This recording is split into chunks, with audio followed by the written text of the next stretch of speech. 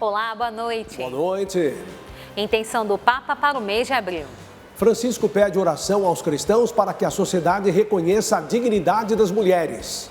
A partir de hoje, quem deseja doar órgãos pode registrar intenção por meio de aplicativo ou site. Desemprego aumenta. Mas setor de transportes se destaca com geração de novas vagas. Em Minas Gerais, esperança para os detentos que buscam oportunidades após cumprimento da pena. Quando eu sair, eu não vou precisar mais ir para o mundo do crime de novo. Servidores federais que fiscalizam o meio ambiente completam 3 meses de greve. Ganância e poder aumentam o drama da população na faixa de Gaza.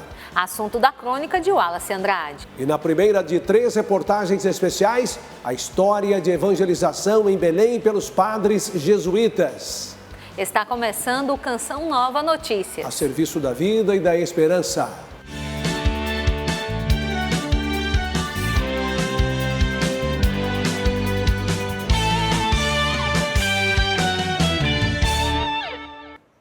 Reconhecer a dignidade das mulheres e acabar com a discriminação que elas sofrem em todas as culturas e em várias partes do mundo. Essa é a intenção de oração do Papa Francisco para o mês de abril. No vídeo da Rede Mundial de Oração do Papa, Francisco pede aos cristãos que se unam em oração para que a sociedade dê passos para vencer esse mal.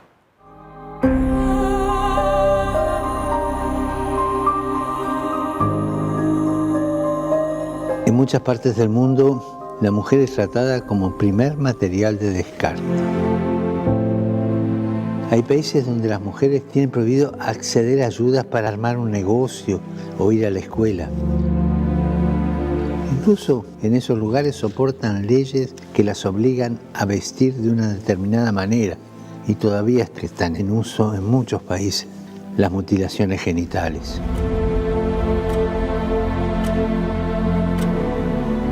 No les neguemos a las mujeres la voz. No les neguemos a todas estas mujeres víctimas de abuso la voz. Son explotadas, son marginadas.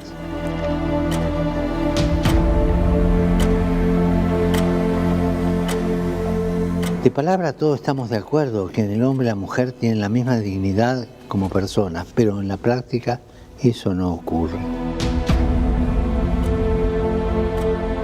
Es necesario que los gobiernos se comprometan a eliminar leyes discriminatorias en todas partes y a trabajar para que los derechos humanos de las mujeres estén garantizados.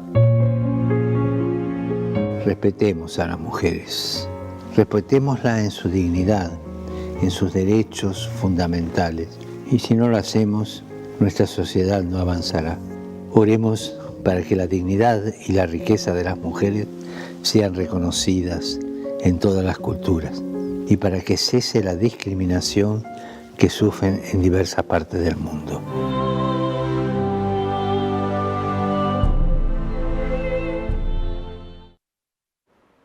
Funcionários públicos de órgãos federais que fiscalizam o meio ambiente estão em greve há 3 meses.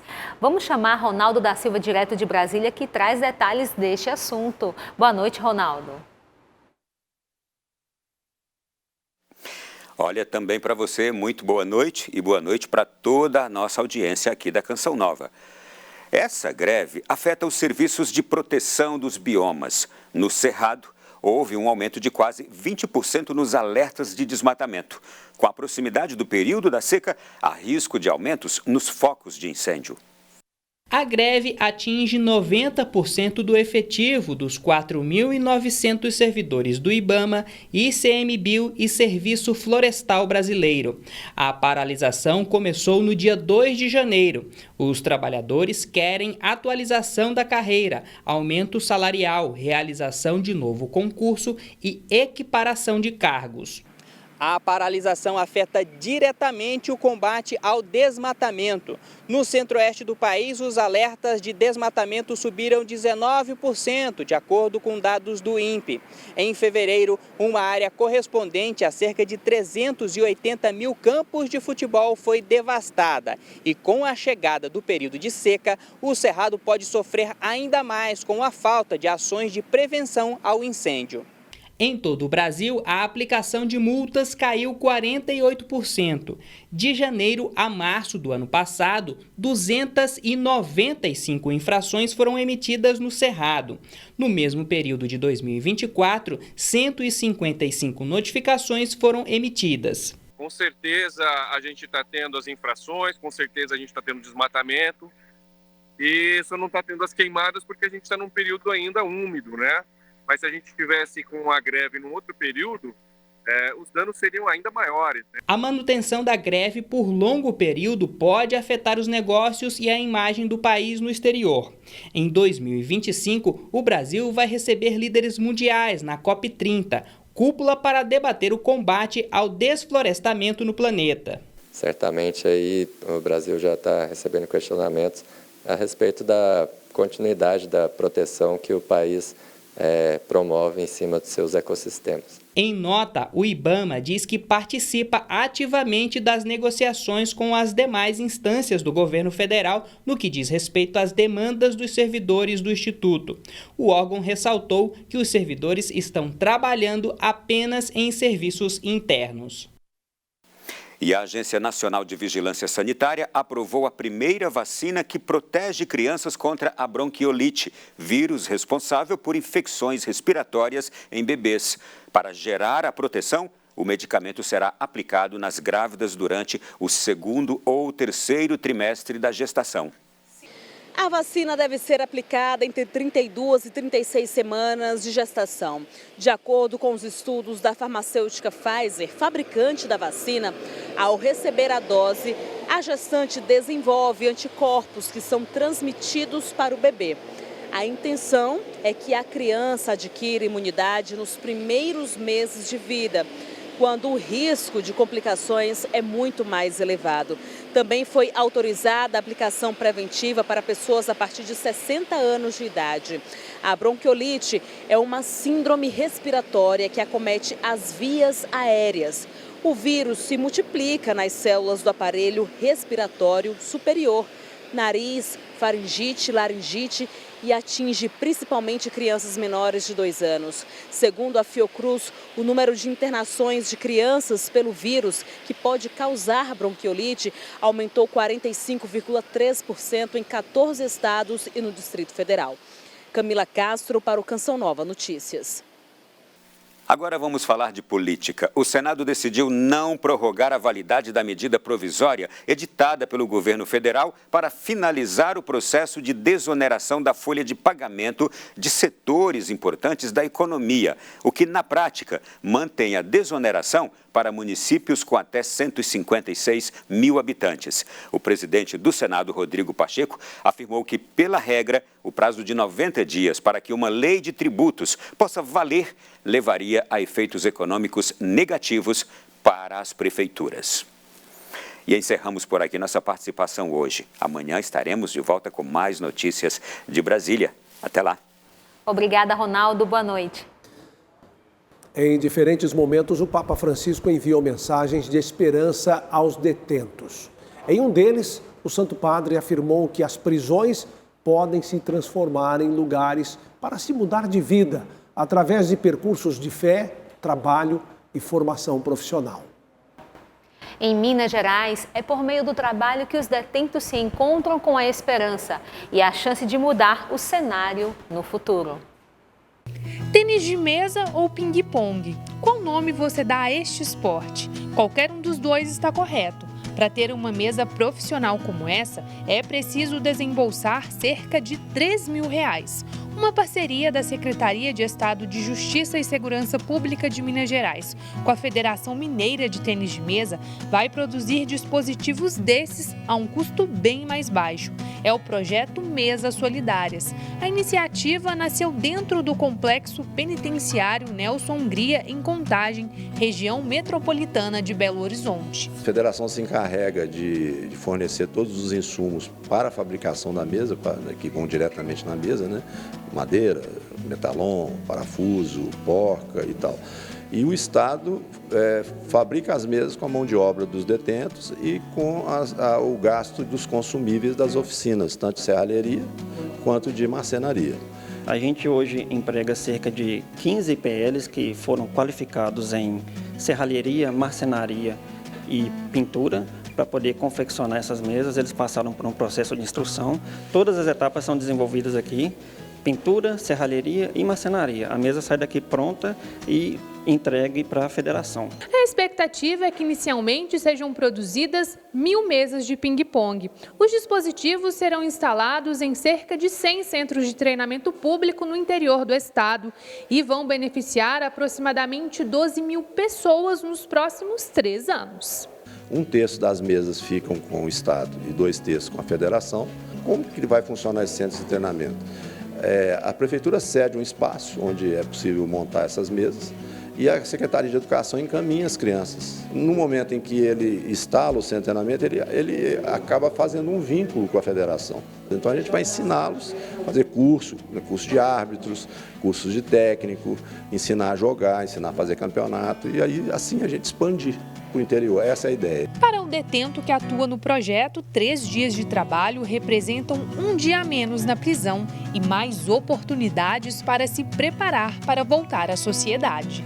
Através da qualificação profissional e do trabalho que eles desenvolvem aqui, a gente acredita que eles vão sair daqui pessoas melhores, com a recompensa da remissão, mas sem dúvida alguma qualificados para poder encarar a vida depois que eles forem colocados em liberdade. Isaac faz parte do projeto e tem aproveitado as chances para se profissionalizar. O desejo é fazer da experiência uma base para recomeçar. Eu aprendi outras profissões que quando eu sair eu não vou precisar mais ir para o mundo do crime de novo. Eu vou trabalhar de carpinteiro, ou marceneiro, ou serralheiro, ou então montar uma fábrica de brinquedo até na minha casa mesmo. A endometriose afeta milhões de mulheres brasileiras. A doença inflamatória do tecido uterino se aloja na cavidade abdominal. O agravamento, por vezes, está associado à desinformação e ao diagnóstico tardio. Esta administradora mora no Rio de Janeiro e descobriu a endometriose aos 34 anos, após um exame de ressonância magnética. A doença causou infertilidade. Além da infertilidade, a endometriose me trazia várias dores.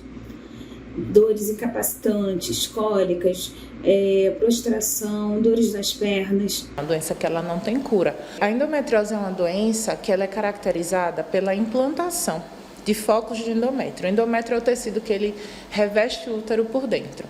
Todas as vezes que esse tecido ele se encontra fora do seu local onde deveria estar, em ovário, em trompa, em intestino, em bexiga, em diafragma, certo? A gente está diante de um quadro de endometriose. No Brasil, segundo dados do Ministério da Saúde, a endometriose atinge cerca de 8 milhões de mulheres. A desinformação e o diagnóstico tardio são algumas das causas para o agravamento da doença. Quanto antes a gente iniciar o tratamento da doença, a gente consegue otimizar a vida dessa paciente, a qualidade de vida dessa paciente.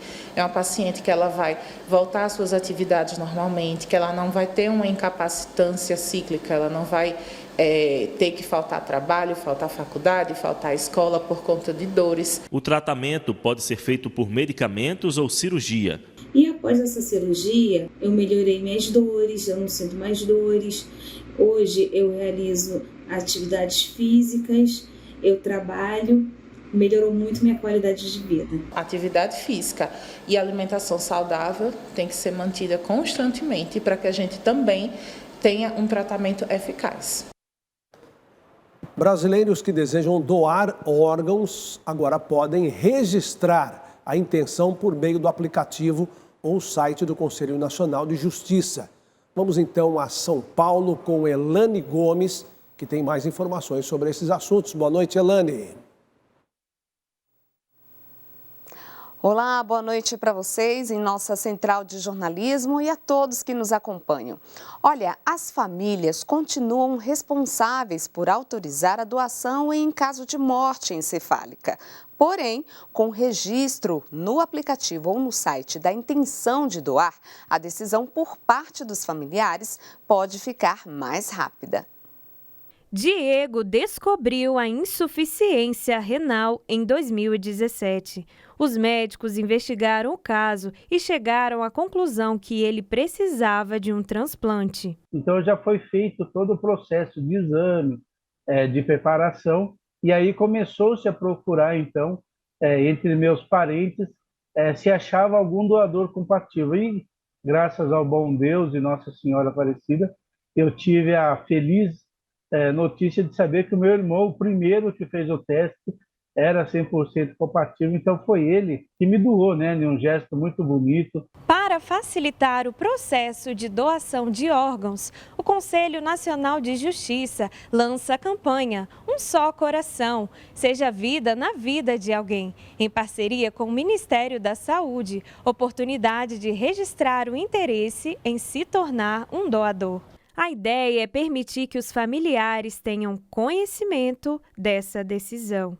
Essa iniciativa do CNJ, em princípio, é uma iniciativa com mérito, é uma iniciativa boa. Por quê? Porque você não abole a outra via, que é a via da família, e ao mesmo tempo você cria uma via, que é de se eu quiser, eu vou e me manifesto no site, eu me manifesto junto ao Conselho Nacional de Justiça, que eu gostaria de ser um doador. Os interessados devem se cadastrar na página do programa Doar é Legal e imprimir a certidão.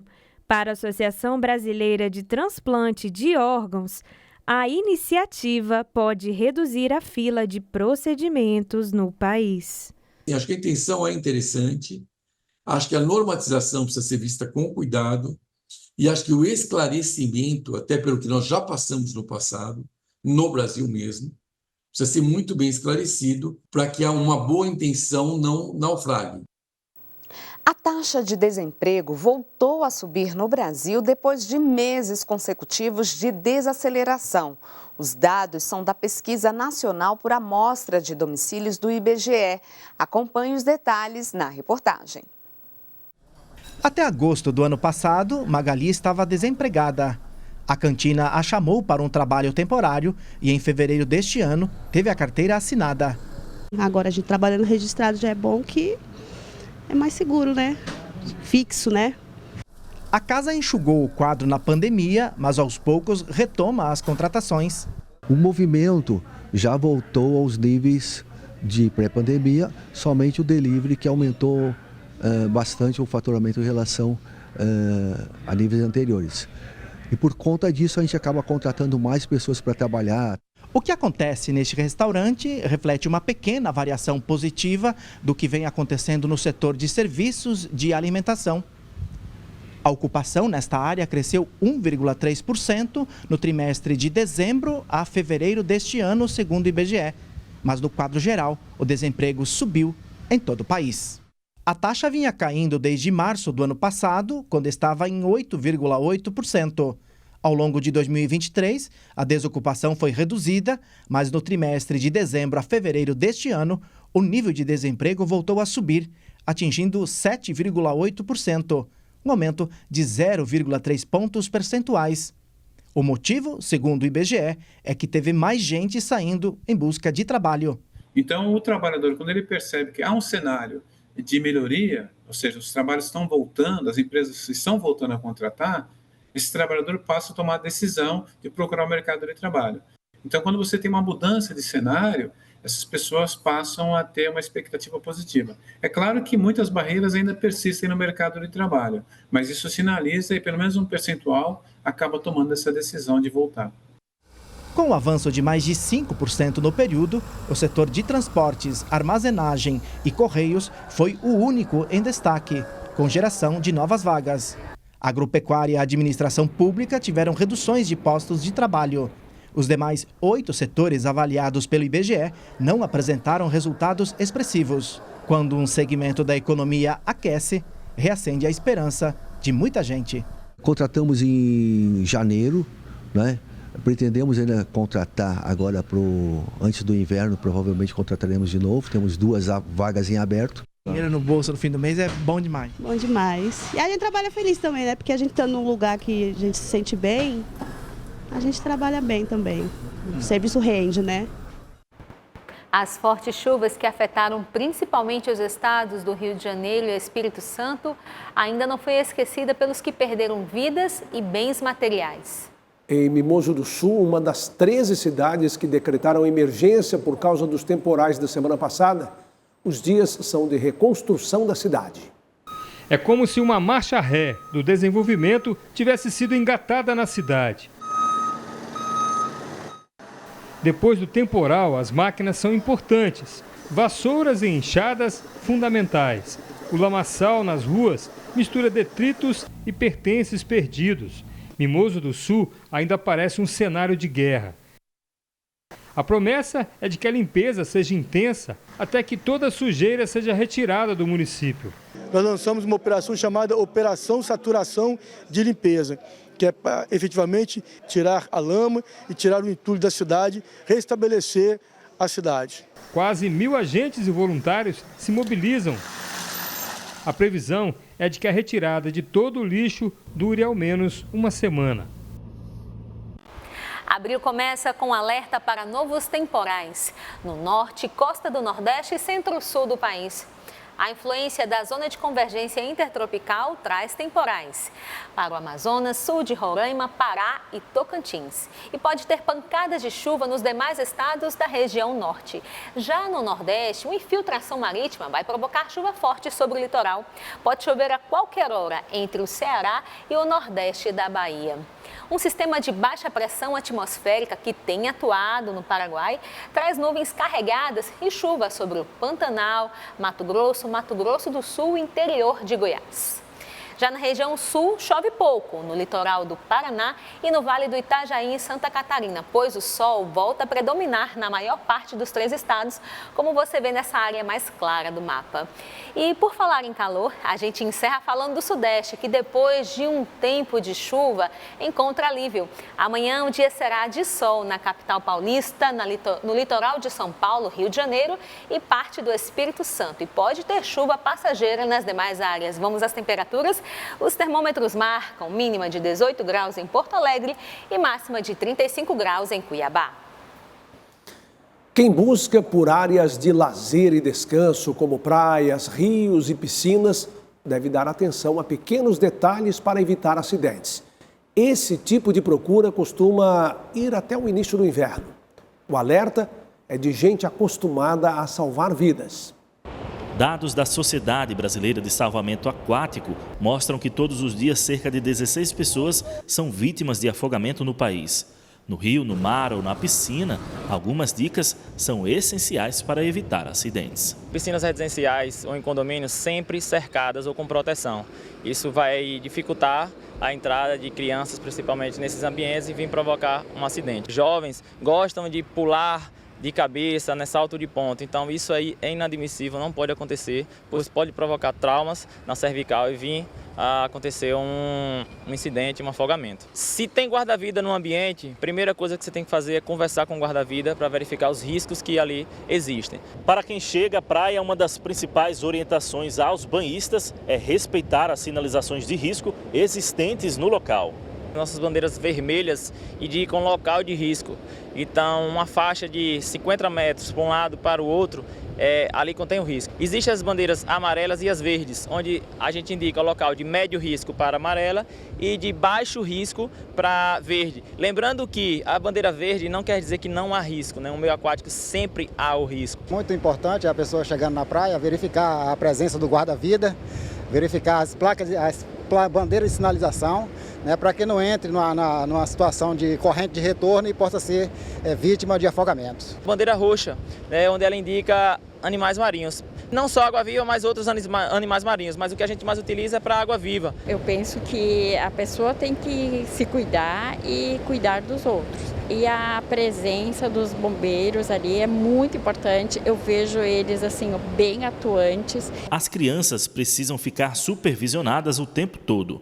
No mar, a regra é clara. A gente vê muitas crianças aqui sozinhas, desacompanhadas dos pais. Ou até mesmo aquela criança que fica na beirinha da água e o pai na barraca. Então, se acontecer alguma coisa com aquela criança, o pai não vai conseguir chegar. Então, qual é a nossa indicação? Sempre a distância de um braço. Ao longo deste ano, colaboradores da Fundação João Paulo II terão a oportunidade de participar de processos formativos, a exemplo dos missionários da comunidade Canção Nova. Com a iniciativa, a instituição pretende unir setores da missão evangelizadora. Assegurar a vocação para não tropeçar jamais. Promessa de Deus na carta de Pedro que motiva todo este povo eleito. O Padre Jonas contribui muito com a nossa vida, né?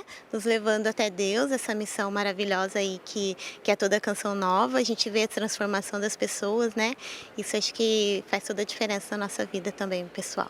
Setores unidos em um único propósito: alcançar corações com a palavra de Deus, cada um com suas características. Antes mesmo, né, da busca de um emprego, de um salário que é justo, que é necessário, tomar consciência que Deus trouxe você. Então, assim, eu queria que Deus colocasse isso no coração de cada colaborador, não é? Nós podemos beber da fonte que nós ajudamos a chegar a tantos lares e corações, né?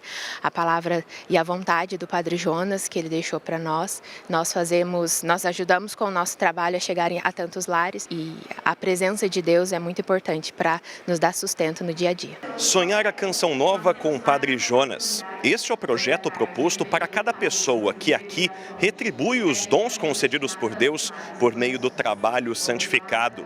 Sim diário, dado inicialmente pelo Monsenhor e atualizado por missionários e colaboradores. Para poder se sentir comunidade, para poder abastecer essa sensação de que a gente pertence a uma missão, é parte dessa missão e que ela tem conteúdo e que ela pode também transformar a nossa vida. Porque, veja, não é só o Padre Jonas que tem o carisma Canção Nova, somos todos nós, né? Porque o carisma Canção Nova, ele está espalhado no mundo, então nós temos que sonhar a Canção Nova. E sonhar a Canção Nova é o que ele diz, é construir um homem novo para o mundo novo. A Canção Nova é uma obra única, ela não é só feita de missionários, de membros da comunidade, mas também os colaboradores. São uma força importantíssima na obra Canção Nova. Eu louvo a Deus por esse momento de formação, também com os colaboradores, para que eles possam trabalhar no dia a dia, realizando aquilo que é o objetivo de toda a obra Canção Nova.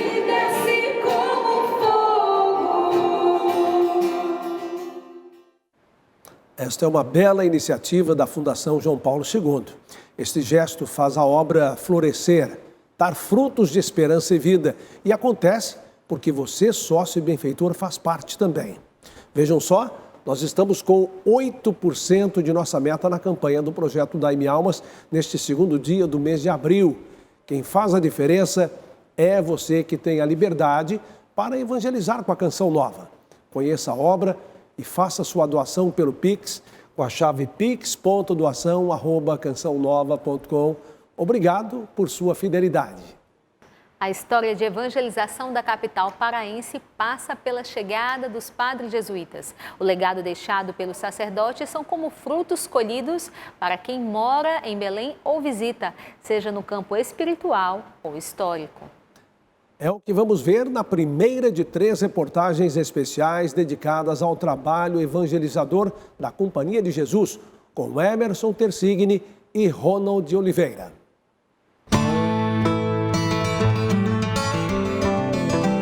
Primeira capital do norte brasileiro, 1.300.000 habitantes. Esta é Belém, fundada em 12 de janeiro de 1616, em meio à imensidão das águas. Do Forte do Presépio, o início de uma história marcada pela presença europeia e a defesa de territórios conquistados. Próximo do forte está a Catedral Metropolitana, berço da fé de quem vive por aqui. As histórias destas edificações se completam. A imponente beleza, outrora marcada pela simplicidade, data de 1617. Elevou-se à dignidade de sede episcopal em 1719. As obras, por sua vez, foram concluídas em 1774. A decisão de ocupar o norte do Brasil ela é tomada no Nordeste brasileiro, em especial após a saída dos franceses de São Luís do Maranhão. E ele sai no dia 25 de dezembro de 1615 e vem na direção do Cabo Norte, onde nós estamos. E a decisão é criar, no dia 12 de janeiro de 1616, uma igreja que mostre, uma cidade que mostre a presença portuguesa nessa região.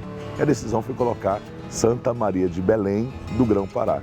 De Belém, em função do período natalino, que se mostra no dia 25 de dezembro, quando eles saem do Maranhão para cá. Perto da catedral está aquela que é considerada a principal edificação com o selo da Companhia de Jesus, os jesuítas. Há um historiador chamado Décio Guzman, que ele aponta que mais de 70% das cidades hoje na Amazônia são frutos da ocupação jesuítica. Museu de Arte Sacra, imersão no processo histórico de Belém. Junto da beleza do templo, erigido pelos jesuítas, um propósito permanente, o de propagar a fé católica para toda a região norte do Brasil. Às margens do Guajará, um dos mais expressivos lugares que compõem a paisagem fundadora de Belém, a Igreja de Santo Alexandre, ou Museu de Arte Sacra. Este é um equipamento público atualmente administrado pelo governo do estado. Em 1996, começou, digamos assim, a restauração desse espaço na tentativa de ser, digamos assim, de compor o Feliz Lusitânia, esse complexo, como museu de arte sacra. Então, a formação é a igreja, propriamente dita, a parte da imaginária, da exposição fixa e da galeria Fidanza. São os três elementos que compõem o Museu de Arte Sacra.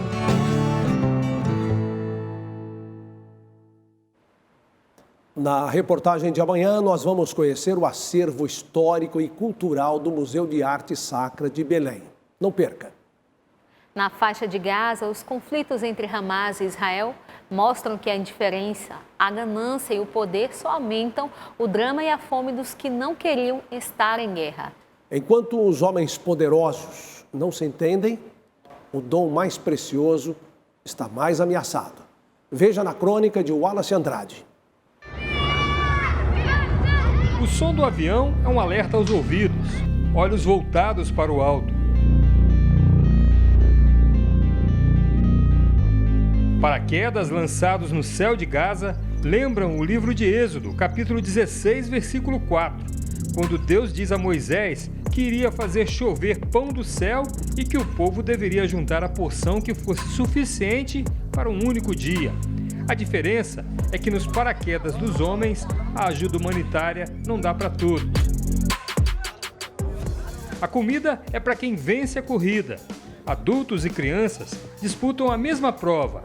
Ahmed Tafesh até corre bem, mas nas duas tentativas da manhã não conseguiu pegar nada.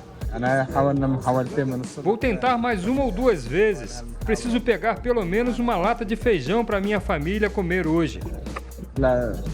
Ahmed fala que a maioria das pessoas não tem mais energia para correr porque está com fome. O Ministério da Saúde de Gaza diz que mais de 80% dos 2.300.000 habitantes deslocados podem morrer por falta de comida. Depois de 4 aviões e 4 tentativas, Ahmed nem sabe quantos quilômetros correu, só sabe que valeu a pena. Graças a Deus, ele nos deu 2 refeições hoje e minhas crianças vão ter algo para comer. Não é suficiente, mas é melhor do que não ter nada. Muitos não comem nada há 2 ou 3 dias. Espero que a situação melhore e as pessoas consigam alimentar seus filhos.